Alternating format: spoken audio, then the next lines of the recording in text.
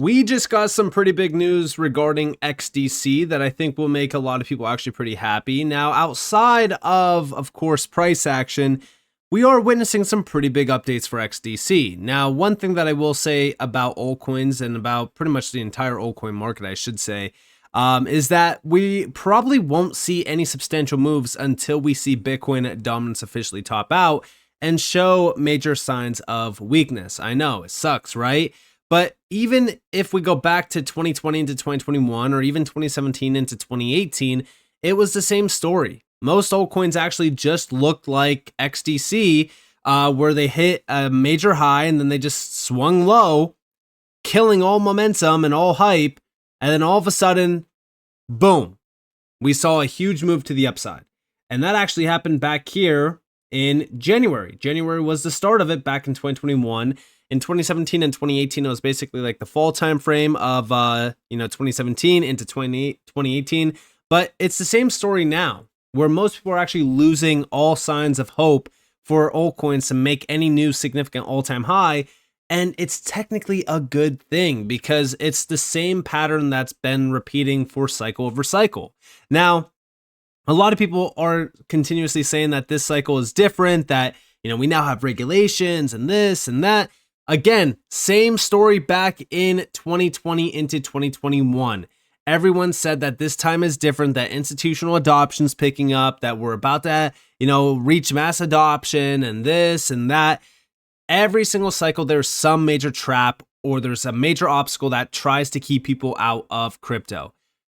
I still believe that XDC is a very huge opportunity in this space. I even think that the entire altcoin market itself is a huge opportunity because I do believe that we will be trading at significantly higher prices across the board in only a few weeks from now. Now, on top of that, let's actually address a few things happening around XDC that's pretty exciting right now.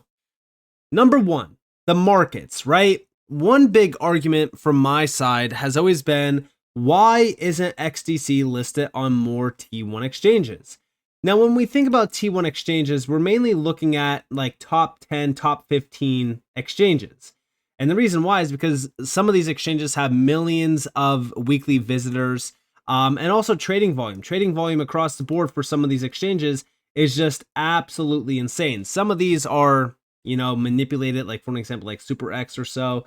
But we really mainly just look at the top ranking exchanges, and we really kind of go off of the size of these exchanges or the names in which they have. Now, XDC really kind of lacks a ton of huge T1 exchanges. Outside of like Bybit or BitGet and Gate.io and KuCoin, there's really not a huge demand from the T1 exchange side. Well, that just changed. In fact, we actually saw this big update from crypto queen Vin. Boom, XDC just got the green light on Kraken FX's upcoming token listing roadmap, enterprise grade blockchain meets global exchange. And here we actually have, from the roadmap, on the bottom, we have chains, integration of new blockchains, and listing of the native token for trading, XDC. We also have Hedera being added as well, which is very exciting, but this is a huge move, considering the fact that Kraken is massive. They have over 1.6 million followers. They are a well-known exchange in this space.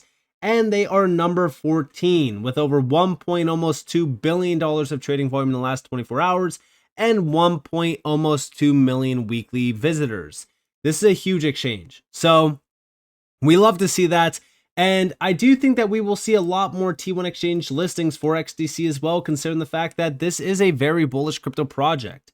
A lot of people say that there's not a lot going on around XDC, but I actually beg to differ. I think that there's a lot happening around XDC. A lot of people are just not paying attention because it's not extremely exciting things. Like, for example, trade finance, right? When we bring up trade finance, all of a sudden everyone wants to go to sleep because trade finance is not a very exciting topic. It's not like we're seeing, $1 trillion+ tokenization moves, or, BlackRock's adopting this, or, big banks are partnering.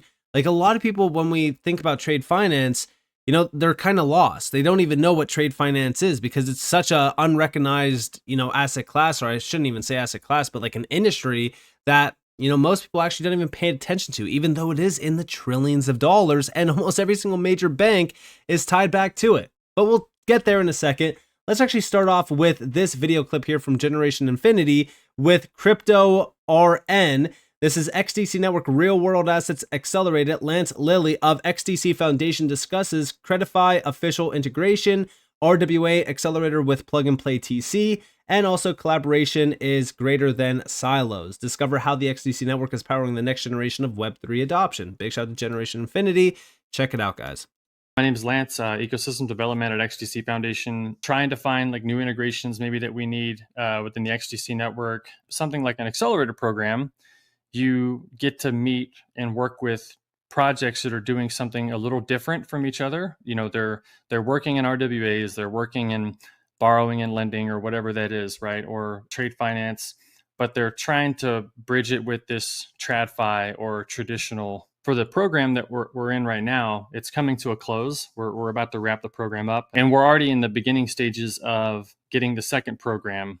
Like all the innovative stuff and innovative thinkers and innovative developers and innovative, business people, I guess, right? Like they're in this industry, like having Credify and what they do and XDC network and our ecosystem of participants, right? And that's like, I feel like that's the benefit. If I'm on the outside looking in, if I'm a project coming into the accelerator program and XDC network specifically, and I mentioned this quite a bit, right? Is like one of the good things about building on XDC is that you get access to the whole ecosystem, right? Like you got XDC Foundation, you got XinFin, you got other participants, right? That are willing to try to help fill gaps, whether that's finding a KYC, AML, some service provider within our ecosystem or custodian within our ecosystem or something else, or whatever that is, right? And trying to get everybody to work together versus maybe some other ecosystems, you don't have as much access to the actual core teams that are building within that ecosystem to try to help get access to everything, right? And with XDC, you get that. You get to really uncover, what is it that a lot of these projects need to be successful, right? That's what the accelerator program has helped identify and also uncover, and then also the problem that it's helping like fix, right? So I think there's been like a few things that we've learned from the program too that I think will move into the second program coming up. But I think like projects like Credify, for instance, we've identified, some of the things that we together should maybe try to focus on or bring in to make Credify, more successful. And then in turn, if Credify is more successful, it makes XDC more successful, right? Because it's bringing on more users to the network. So it's a win-win for both. And I think like that's the interesting opportunity for this kind of industry, I think, right? Is because there's so many winners that can work together that they're not competitors necessarily. You know what I mean? And them working together makes the odds of success, higher. This is also something that I've mentioned quite a bit with XDC actually over the last couple, weeks and months. What I have put a spotlight on when it comes to XDC is all of the collaborations that they've been announcing, especially with even the RWA accelerator program with Plug and Play. Like Plug and Play is massive. We've talked about them. Sorry about that. We've talked about Plug and Play for a bit of time now because they have been announcing a lot of great initiatives to really kind of have these big players from the space collaborate on specific things, come together to actually build solid applications and use cases. And I really do think that this is the key to really making sure that Web3 is a success. I even talked about this with Hedera as well. So the fact that XDC is here collaborating with some big names, integrating with some big networks and projects as well from the space, it shows you that they want to collaborate. They want to be very successful. They want to grow the ecosystem. They want to expand their user base as well to other networks. So I love to see this. Now, on top of that, let's talk about tokenization. So my media company, Web3 Alert, did put out a great thread on XDC. We have very few chains actually solve a problem. 9 out of 10 times, they're around purely to try and capture the hype, capital, and innovations of Web3. But not XDC Network. They were purpose-built to be a solution around a real-world problem. Now, this is where things get a little bit interesting because, again, going back to my original statement, yeah, XDC is boring because it's not trying to hype anything. It's not trying to, market itself as something that it's not. And that's something that I fully respect when it comes to crypto projects that are not trying to be something that they're not. The problem, inefficiencies of trade finance. What they built is far from exciting or sexy, but it's arguably one of the most important verticals on earth. It doesn't bring 600% APY staking. It doesn't rely on hype and memes. But what it does do is leverage the core aspects of blockchain to transform global trade. From digitalizing documents, connecting borrowers with lenders, to close the trade financing gap, all the way to tokenization of assets and so much more. Governments, policymakers, and private sector giants see these inefficiencies, and perhaps more importantly, they all see how XDC is solving these inefficiencies. While most of the market ignores it, the very same leaders that create the rules on how global trade around the world operates are glued in on what XDC is doing. While others fought over crowded narratives, XDC locked in on a 30 trillion plus market full of inefficiencies, paperwork, and outdated rails. It's a bet on utility over hype, and so far that bet's starting to prove to age like fine wine.